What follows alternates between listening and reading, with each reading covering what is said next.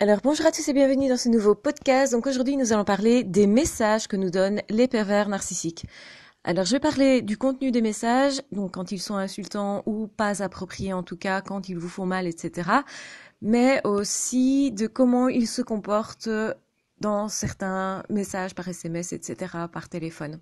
Donc, ce qu'il faut bien comprendre de toute façon, c'est que les pervers narcissiques savent ce qu'ils doivent vous dire socialement parlant pour obtenir tel ou tel résultat et tous leurs messages sont faits de cette façon-là. Donc, ils se fixent sur ce qu'ils souhaitent pour vous dire telle ou telle chose. Donc, au début, vous avez des messages plutôt gentils, plutôt encourageants. Ils vont vous renforcer dans vos croyances, vous renforcer sur ce que vous êtes en train de faire, vous rassurer. C'est vraiment pour créer un climat de confiance qu'ils font ça, puisque le but, c'est effectivement d'essayer de faire union avec vous, de faire une seule et même personne avec vous.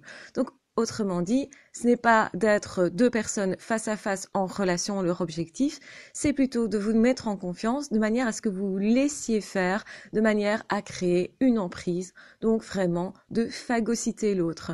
Donc phagocyter l'autre veut dire que c'est vous qui avez la personnalité, eux, ils sont creux, n'ont pas cette personnalité, sont généralement assez passifs au départ et ça peut vous importuner dans le sens où vous vous sentez envahi par les messages, vous vous sentez envahi par la personne, aussi envahi dans votre vie privée et ça va perdurer ensuite dans la relation. Donc c'est-à-dire que vous allez aussi être envahi au niveau de vos pensées et au niveau de vos sentiments. Donc vous êtes la seule personne à avoir des sentiments, à avoir une certaine profondeur. Eux, ils n'ont que des émotions de surface, ils ressentent l'angoisse, ils ressentent la peur, ils ont de la colère, et ça par contre, cette colère-là est tenace, et aussi beaucoup de haine par rapport au monde entier, aux autres, etc. Donc la première chose évidemment qu'ils vont faire, c'est ne pas montrer cette haine et cette colère, mais vous mettre en confiance, faire en sorte d'être comme un ami, quelqu'un de bienveillant, etc. Vous allez malgré tout trouver ça démesuré parce que vous avez quelqu'un de très soumis en face de vous. Ça aussi, ça peut vous importuner. Vous pourriez tout à fait dire à l'autre, prends une place. Parce qu'en fait, vous désirez une relation, mais l'autre n'est pas en train de rechercher une relation. Il est en train de chercher à se combler de l'intérieur. Donc il y a un manque, un vide à l'intérieur d'eux-mêmes qu'ils connaissent très bien, qu'ils vous cachent. Et comme vous allez vivre beaucoup, être très vivant, très bienveillant, etc., et que vous vous présentez de cette manière-là parce que c'est votre façon d'être, ils envient ça, ça les attire et ils vont vers vous pour ça. Pour que ça fonctionne, forcément, il faut que vous ayez quand même un manque de confiance en vous, que vous doutiez facilement de vous, pour qu'ils puissent s'immiscer dans votre vie, s'introduire dans votre vie, et que vous n'ayez pas des limites qui soient bien établies, parce que justement, sinon, vous ne les laisseriez pas faire. Vous pourriez déjà sentir à ce moment-là que c'est pas nécessairement une bonne personne pour vous, vous sentir sur la réserve, sur vos gardes, et peut-être que vous allez vous reprocher cette réserve, cette garde, puisqu'en même temps, cette personne, objectivement en tout cas, a l'air super gentille. À ce moment-là, on est dans la phase de séduction et vous ne pourriez pas trop remarquer les manœuvres de manipulation. Je dis pas trop parce que quelque part vous les sentez quand même, mais ça passe quand même pour quelque chose d'anodin et vous n'allez pas vraiment être alerté à ce niveau-là. Les messages par contre des pervers narcissiques vont être de plus en plus insistants, vont être quand même pas mal envahissants, donc ce sont des personnes qui sont tout le temps disponibles, qui vont vous envoyer énormément de messages, vous demander d'être pas mal disponible aussi, donc très accaparant comme je le disais, et qui, au moment exact où vous commencez à avoir de l'attention pour cette personne et que vous commencez à vous dire « Ah ben, au fond, peut-être que je sortirai bien avec cette personne ou peut-être que je prendrai bien contact avec cette personne pour aller plus loin en amitié. » En fait, quand vous allez trouver un intérêt à cette relation-là, parce que vous pensez que ça va être une relation, eh bien, cette personne va se détourner et couper le robinet d'amour, d'affection, d'attention, en tout cas d'un semblant d'amour, d'affection, d'attention. Et là, vous n'aurez pas du tout l'impression de comprendre ce qui se passe. Vous allez vous dire, mais pourquoi tout d'un coup cette personne n'est plus là, n'est plus disponible, est tout le temps occupée, comme par hasard maintenant. Et ce qui va se passer, c'est que quand vous allez reprendre vos activités en vous disant, oh ben finalement cette personne peut-être n'est pas intéressée, eh bien, vous allez reprendre vos activités en voyant votre famille, en voyant des amis, en passant du bon temps. Si le pervers narcissique ou la perverse narcissique sait que vous êtes en train de passer du bon temps avec une autre personne, à ce moment-là, ils se font insistants, ils se réintroduisent dans votre vie, ils vous envoient plein de messages ce jour-là ou cet instant-là précisément pour que vous ayez votre attention sur eux et que vous ne profitiez pas du moment passé avec vos proches, avec vos amis. En fait, aussi pour que vous éloignez les autres personnes. Le but, c'est vraiment de faire un avec vous, de se fondre en vous. Donc, autrement dit, quelque part, c'est pas du tout ça. Ce n'est pas du tout vous autoriser à avoir des relations avec d'autres personnes. Une personne saine va plutôt vous autoriser à avoir des relations avec d'autres et rester bienveillant, ne pas insister spécialement quand vous êtes occupé. Et dès que vous serez un peu plus libre, il est probable que cette personne-là se montre moins disponible et le jeu va aller continuellement comme ça. Donc c'est tu es là, je ne suis pas là, et quand tu reviens, ben à nouveau, je ne suis pas là, je m'échappe. Donc le pervers narcissique, en fait, se dérobe continuellement, ne vous amène de l'affection que pour obtenir quelque chose. Donc si par exemple cette personne a un désir sexuel, il se peut que cette personne vienne à ce moment-là, mais c'est son désir à lui ou elle qui va primer sur le vôtre. Les vôtres ne sont pas reconnus, vos besoins sont toujours niés, même si la personne peut vous dire oui si vous vous confiez à ce niveau-là. Évidemment, les pervers narcissiques essayent toujours d'obtenir des confidences de votre part pour savoir comment vous fonctionnez et comment en fait il peut vous détourner de vos valeurs, de votre plaisir, parce que il y a aussi cette notion que vous profitez de votre vie et que ça les ennuie quelque part et qu'ils veulent absolument que vous ne profitiez plus ni de vos proches, ni des instants de plaisir que vous avez, de bonheur, etc., ni de vos passions. Donc c'est essayer de vous détourner de vos lectures, de vos passions, des rencontres avec les autres, des moments passés en famille, de vos balades éventuelles, des moments en fait où vous êtes bien avec vous-même. Donc, le pervers narcissique ou la perverse narcissique va essayer d'être absolument nécessaire à votre vie, de manière à ce qu'au final, tout tourne autour d'eux pour que le jour où ils ne sont pas là, eh bien, ils vous manquent. Et du coup, vous allez courir derrière ces personnes-là. Donc, ce qui est assez typique, c'est qu'au début, on a l'impression que le pervers narcissique nous court derrière pour essayer de nous avoir, et c'est pas qu'une impression. Ils peuvent vous dire d'ailleurs, je ferai tout pour te plaire. Quand vous posez la question « Qu'est-ce que tu viens m'apporter dans ma vie ?» ils vont dire tout ce que tu veux. Donc c'est une offre qui est totalitaire. Ils vous proposent exactement tout. Tout ce que vous voudriez, ils vont vous dire « Je vais te le donner ». Donc ils donnent l'impression qu'ils vous décrocheraient la lune. Attention que ce n'est qu'une impression, ce n'est qu'apparence. Il n'y a pas du tout de sentiment. Ils vont vous dire qu'ils sont super amoureux ou super engagés, mais en même temps, très vite, quand vous allez montrer un intérêt, quand vos besoins vont se manifester aussi, parce que on est des êtres humains, c'est normal d'avoir des besoins aussi, et à ce moment-là, ils vont tout faire pour ne pas satisfaire vos besoins quand ils s'expriment surtout avec intensité. Et ils vont même vous reprocher ces besoins-là en vous disant « Mais c'est toi, tu es trop dans le sentiment, tu es trop sentimental, tu es trop dans l'envie de faire quelque chose, de créer un couple, ou de créer une relation, etc. On vous reproche ce que vous êtes, ce que vous avez envie, ce dont vous avez besoin, tout simplement. Et donc, il fait ça exactement pour vous frustrer, parce qu'à ce moment-là, cette personne découvre et sait que de toute façon, il n'est pas possible de faire un avec vous, vous resterez une autre personne, et cette autre personne, forcément, a des besoins. C'est pour ça qu'ils ne peuvent pas reconnaître les besoins de l'autre, parce qu'ils ont envie de se fondre dans l'autre, mais pour ça, il faudrait que vous soyez un objet et non pas un sujet. Ils vous traitent d'ailleurs comme des objets, ils se traitent aussi comme des objets, mais ils ne comprennent pas que l'autre restera autre, et quand ils le sentent, qu'ils sentent cette frustration, eh bien, ils se retournent contre vous, ils ne vous offrent pas du tout ce qu'ils étaient venus vous proposer, et ils n'acceptent pas du tout que vous puissiez être différent d'eux, vouloir autre chose qu'eux. Ils ne supportent pas du coup les frustrations. Quand eux ont besoin de quelque chose, si vous n'allez pas dans le sens de leur satisfaction, eh bien, ils sont frustrés, ils se montrent en colère, haineux, vous reprochent des choses, et les messages vont bon train. À ce moment-là, vous pouvez recevoir des messages d'insultes, vous pouvez recevoir aussi des SMS très déroutants où on vous dit tout et son contraire. Donc n'oublions pas que les pervers narcissiques soufflent le chaud et le froid, et c'est comme ça aussi qu'on les repère, justement, précisément pour jouer avec vos sentiments. Donc d'une part, il faut absolument que vous restiez accrochés, que vous continuez d'espérer obtenir cette personne, Donc, autrement dit, que vous continuez de courir derrière les pervers narcissiques, et en même temps, cette personne ne veut pas vous satisfaire, mais entretient, si vous voulez, votre illusion, votre rêve, etc. Et c'est là que le jeu commence vraiment. C'est là vraiment que vous allez sentir la souffrance aussi, hein. La souffrance de ne pas avoir satisfaction, la souffrance de ne pas comprendre la situation, la souffrance de commencer à être confus, de ne pas comprendre ce dans quoi on est, ne pas comprendre même ce qu'on veut soi au final, parce que les pervers narcissiques vont attaquer ce que vous souhaitez en vous faisant croire que ce n'est pas normal de souhaiter ça, alors que c'est tout à fait normal.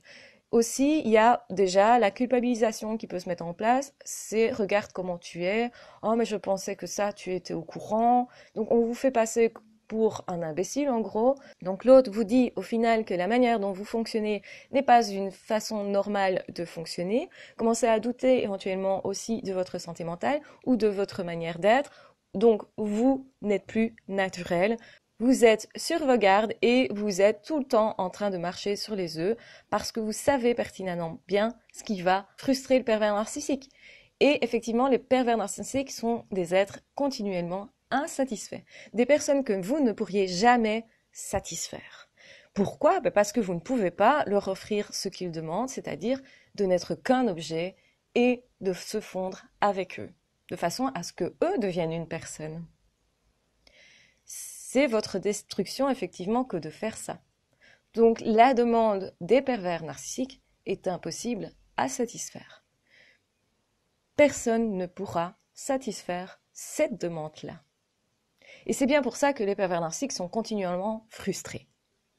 Ils sont continuellement frustrés de ce que vous faites. Continuellement, ils vous reprochent justement de ne pas être à la hauteur. Vous ne pourriez pas être un être humain et souhaiter être un objet. Souhaiter être plus rien du tout, ne plus être vivant au fond de vous. Et d'ailleurs, quand vous marchez dans leur jeu parce que vous avez envie de les aider, à ce moment-là, vous devenez l'ombre de vous-même. Et vous en souffrez. C'est cette souffrance-là qui, normalement, va vous faire réagir tôt ou tard. Les pervers narcissiques n'en ont que faire de cette souffrance-là. Ils peuvent effectivement trouver satisfaction dans le fait de vous maîtriser, de vous contrôler ou de jouer avec vos sentiments. Et vous ressentez principalement de la souffrance face à ça, de l'incohérence face à ça. Donc les messages vont devenir de plus en plus agressifs parce que effectivement, vous risquez de vous rebeller de plus en plus. Plus la souffrance va être intense, et de toute façon ça va être graduel, parce que le pervers narcissique qui voit que vous êtes frustrant pour eux, non pas de votre fait, mais du fait de la situation et de leur désir qui n'est pas normal, vous devenez de plus en plus frustrant, donc leurs attaques vont être de plus en plus importantes, et si en plus vous vous rebellez à un certain moment, en fait vous vous défendez correctement à ce moment-là, eh bien, ils vont vous reprocher cette attitude-là. Parce que, effectivement, quand vous vous rebellez et que vous leur dites « je ne suis pas d'accord avec toi, ça ne me convient pas, je ne veux pas aller dans ton jeu », vous refusez donc de vous fondre quelque part avec eux, vous refusez ce qu'ils souhaitent, et quelque part, ils vont vous le reprocher parce que pour eux, vous êtes la mauvaise personne, vous êtes une personne pas si gentille que ça pour eux. Et à ce moment-là, ils vont vous dire que vous êtes manipulateur, irresponsable, immature, pas altruiste, égocentrique éventuellement, que vous êtes de toute façon comme eux sont. Donc ce qu'ils vont vous dire, ce sont des phrases qu'ils ont entendues, qui les ont blessés, que d'autres personnes leur ont dit, et qui étaient vraies par rapport à eux. Le fait qu'ils soient immatures, c'est tellement vrai. Le fait qu'ils soient égocentriques, ils sont tellement égocentriques. Le fait qu'ils soient très égoïstes, bien sûr qu'ils sont très égoïstes. Ils sont aussi très manipulateurs. Ils ne jouent qu'avec les apparences, et ça, ils peuvent vous le dire aussi. Ton truc, ce n'est qu'une grande théorie, ce ne sont que des apparences. Tu n'es pas quelqu'un de réel, tu n'es pas capable d'amour. Toutes ces choses-là sont des choses qu'on leur a dites et qui sont vraies pour eux, mais qu'ils ressortent parce que quelque part, ça montre leur vide intérieur, et quand l'autre leur montre leur vide intérieur, à ce moment-là, ils commencent à souffrir parce qu'ils se retrouvent face à eux-mêmes, ils connaissent ce vide-là et ils ne veulent pas que ça soit visible, ni pour eux, ni pour les autres.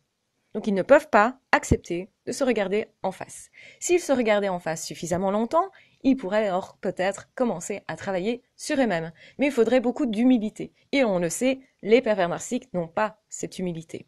Donc ne veulent pas bouger, ne veulent pas justement aller quelque part dans la dépression. Parce que aussi, ils tomberaient alors en dépression. Donc ils fuient la dépression, c'est un mécanisme d'adaptation, de survie, mais un mécanisme qui est très dangereux pour vous et qui au final ne les aide pas, eux. Les pervers narcissiques, vous ne les aidez pas en vous sacrifiant. Il y a à certains moments un certain apaisement si vous croyez qu'ils sont grandioses, si vous leur renvoyez une image du « oh, que tu es bien, que tu es parfait, effectivement, je crois à ton image », ils s'apaisent un petit peu. Malgré tout, ils restent insatisfaits parce que très vite, ils vont constater que vous n'êtes pas un objet, mais que vous êtes quelqu'un avec des désirs, des besoins, etc. Et ça les dérange. Vous n'aurez jamais les mêmes besoins qu'eux, les mêmes désirs qu'eux. Et c'est pour ça qu'ils vont vous reprocher de ne pas être disponible quand eux ont décidé que, parce que c'est impossible humainement parlant de répondre à ce besoin-là. C'est comme si vous deviez les satisfaire avant même que ce besoin n'arrive. C'est un peu comme le jeune enfant qui ne fait qu'un avec sa mère et qui croit que sa mère va satisfaire tous ses désirs. Normalement, le jeune enfant apprend très vite à être frustré et donc l'accepte quelque part. Le pervers narcissique n'est pas passé par cette étape. Il n'accepte pas les frustrations et il vous en veut terriblement de ne pas avoir directement satisfaction de ses besoins. Donc bien sûr qu'il y a un mal-être là-dedans, bien sûr qu'ils sont angoissés continuellement, peur de vous perdre. Bien sûr que là, quand vous partez, il y a une réelle peur de vous perdre.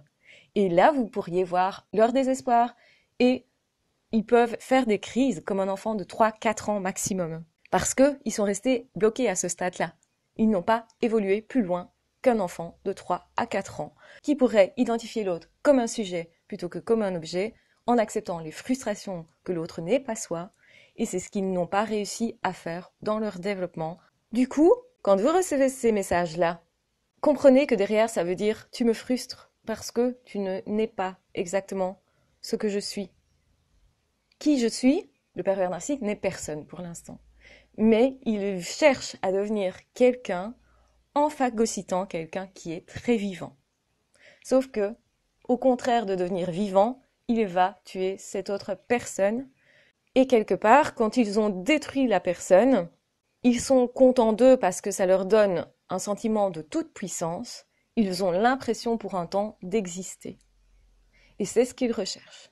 Ils cherchent à avoir une existence. Ce n'est forcément pas la bonne manière de faire et ils ne pourraient jamais arriver à satisfaction de leurs désirs et de leurs besoins. Pour avoir vraiment ce qu'ils souhaitent, c'est-à-dire une personnalité, il faudrait qu'ils deviennent quelqu'un. Ça veut dire qu'il faudrait qu'ils deviennent humbles, qu'ils acceptent de souffrir, qu'ils acceptent de déprimer, qu'ils acceptent de regarder leur vie intérieure et d'aller clairement là-dedans assez longtemps, donc sans se raccrocher à une autre personne et à recommencer leur petit manège de « j'essaye d'être telle personne parce que je trouve que cette personne est super éblouissante ». Et c'est vrai que pour eux, vous êtes super éblouissant en étant plein de vie. Quand ils vous croisent au premier abord, c'est super attractif pour eux de voir quelqu'un de super bienveillant, de très vivant, de plein d'amour comme ça. Et quelque part, ils vous envient et vous les attirez inévitablement. C'est plus fort qu'eux aussi. Mais malheureusement, leur désir de devenir quelqu'un ne peut pas être satisfait de cette manière-là.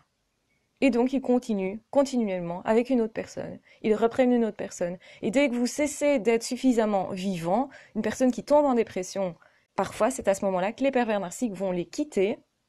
Donc, il y a soit ils vous quittent parce que vous vous êtes défendu très très très bien, ça c'est quand même le cas de figure le plus courant, ou soit c'est parce que vous êtes en dépression et que vous n'êtes plus suffisamment vivant et qu'il n'y a plus de défis, il n'y a plus rien. Donc pour eux, ils n'ont plus envie, ils ne savent plus se nourrir de vous parce que vous n'avez plus assez de vie. Donc vous n'avez plus assez envie. Et à ce niveau-là, ce qu'ils vont faire, c'est se nourrir d'autres personnes. Et c'est bien pour ça que d'ailleurs les pervers narcissiques, une personne ne leur suffise pas. C'est pas vous qui n'êtes pas suffisant en tant qu'être humain, c'est parce qu'ils vous utilisent d'une mauvaise façon, d'une façon qui ne peut pas être remplie. Ils ne peuvent pas se remplir par votre personnalité. Vous allez croiser une autre personne qui est normale, vous aurez un lien avec cette personne et vous allez nourrir cette personne automatiquement. Donc cette personne n'aura pas besoin nécessairement, par exemple, quand vous faites un couple avec cette personne normale, cette personne n'ira pas voir nécessairement à l'extérieur parce que la relation est suffisante. Parce que vous allez nourrir la relation aussi, et à deux. Et là, on parle de relation. Avec un pervers narcissique, il n'y a pas de relation parce que vous n'avez pas deux personnes. Donc, forcément, c'est voué à l'échec. Forcément. Donc, ne continuez pas d'aller avec un pervers narcissique en vous disant « je vais le rassurer, je vais tout faire justement pour qu'il ait moins d'angoisse, que du coup, ils comprennent que j'ai une valeur. » Donc, la victime, généralement, essaye continuellement de prouver qu'elle a une valeur parce qu'elle comprend que cette valeur n'est pas reconnue. Et c'est vrai, quelque part, sa valeur n'est pas reconnue, mais pas de son fait à elle, non pas parce que la victime n'a pas suffisamment de personnalité ou parce qu'elle n'est pas suffisamment en vie, mais parce que le pervers narcissique est dans un mécanisme qui n'est pas quelque chose qui peut aboutir à quelque chose de l'ordre du relationnel, justement. C'est pour ça que quand vous voulez faire un couple avec quelqu'un, regardez si vous avez en face de vous une personne qui a cette capacité de vous aimer. C'est très important. Ultra important. Et même si vous êtes face à une personne qui peut effectivement vous aimer, posez-vous aussi la question, est-ce le bon moment? Est-ce que cette personne est disponible à ce moment-là? Parce que nous avons tous des moments où nous ne sommes pas disponibles à la relation. Nous avons tous des moments où peut-être nous sommes déjà dans un deuil et donc nous ne sommes pas disponibles pour une nouvelle relation. Ça veut dire pas encore. Ça ne veut pas dire qu'on n'a pas la capacité d'amour nécessairement, mais ça veut dire que c'est peut-être pas le bon moment. Donc si vous voulez créer un couple, si votre objectif est celui-là, retrouver quelqu'un, par exemple, après une relation avec un pervers narcissique, eh bien posez-vous la question, est-ce que l'autre a cette capacité d'amour et est-ce que l'autre est disponible à ce moment-là? Est-ce que je dois éventuellement me présenter à un autre moment ou est-ce que je peux y aller maintenant face à cette personne? Et à ce moment-là, vous allez établir un couple sain, une relation saine, où il y a deux personnes qui sont capables de se donner quelque chose parce qu'elles l'ont décidé et parce qu'elles restent entières. Il y a deux personnes entières qui se partagent et qui se connaissent. Donc, il faut aussi se connaître suffisamment pour créer quelque chose de sain au niveau relationnel. Donc non, établir une relation n'est pas nécessairement quelque chose de facile, de simple, d'à la portée de tout le monde. Pas nécessairement. Même si, effectivement, les médias vous font croire que faire un couple, c'est facile, avoir des enfants, c'est facile, être en relation et dans de bonnes relations, c'est facile, le bonheur, c'est facile, accessible directement. Eh bien, non, ça demande un travail qui demande en fait une concentration, un certain focus constant. Vous ne pouvez pas faire une relation sans l'entretenir, sans être aussi dans un certain effort du coup d'adaptation. Qui s'adapte à qui? Les besoins ne sont pas toujours satisfaits et un être humain va accepter la frustration normale. Donc n'acceptez pas des frustrations au-delà de vos limites. Vos besoins doivent être satisfaits à certains moments dans leur relation. Ça ne veut pas dire qu'ils doivent être toujours satisfaits tout le temps. C'est l'erreur que le pervers narcissique fait en croyant que ses besoins vont automatiquement être satisfaits par la présence de l'autre. Mais l'autre ne peut pas tout deviner. Donc il est impossible de satisfaire un pervers narcissique. Et c'est bien pour ça qu'ils deviennent de plus en plus aigris au fur et à mesure des années, parce qu'ils accumulent des déceptions et encore des déceptions, et surtout, ils n'acceptent pas les frustrations. Donc c'est énormément de frustrations pour peu de résultats, et leur vie, c'est ça. Donc est-ce que vous n'êtes pas chanceux, extrêmement chanceux, de pouvoir créer des vraies relations? Alors choisissez les bonnes personnes, les personnes qui sont capables de se mettre en relation avec vous, qui sont capables de vous reconnaître au niveau de ce que vous avez comme valeur en tant qu'être humain, qui sont capables aussi de se connaître suffisamment pour vous apporter ce qu'ils sont parce qu'ils sont quelqu'un tout simplement. Voilà, je vous embrasse très fort, je vous aime très fort, j'espère que vous aurez bien compris que les messages que vous donnent les pervers narcissiques ne sont pas à prendre tels quels. Il faut vraiment remettre ça dans le contexte en vous disant « Ok, ce sont les trucs qu'ils n'acceptent pas qu'on leur dise. Ce sont les trucs aussi que les autres personnes leur ont dit et qui ont été extrêmement frustrants pour eux. » Quand un pervers narcissique vous critique, dites-vous que ça ne parle pas de vous, mais de la personne qui vous critique. Je vous embrasse très fort, je vous aime très fort, prenez bien soin de vous. J'espère que ce podcast vous aura aidé à aller plus loin, à comprendre mieux et surtout à vous positionner sur des personnes qui savent vous recevoir. À ciao, bye bye.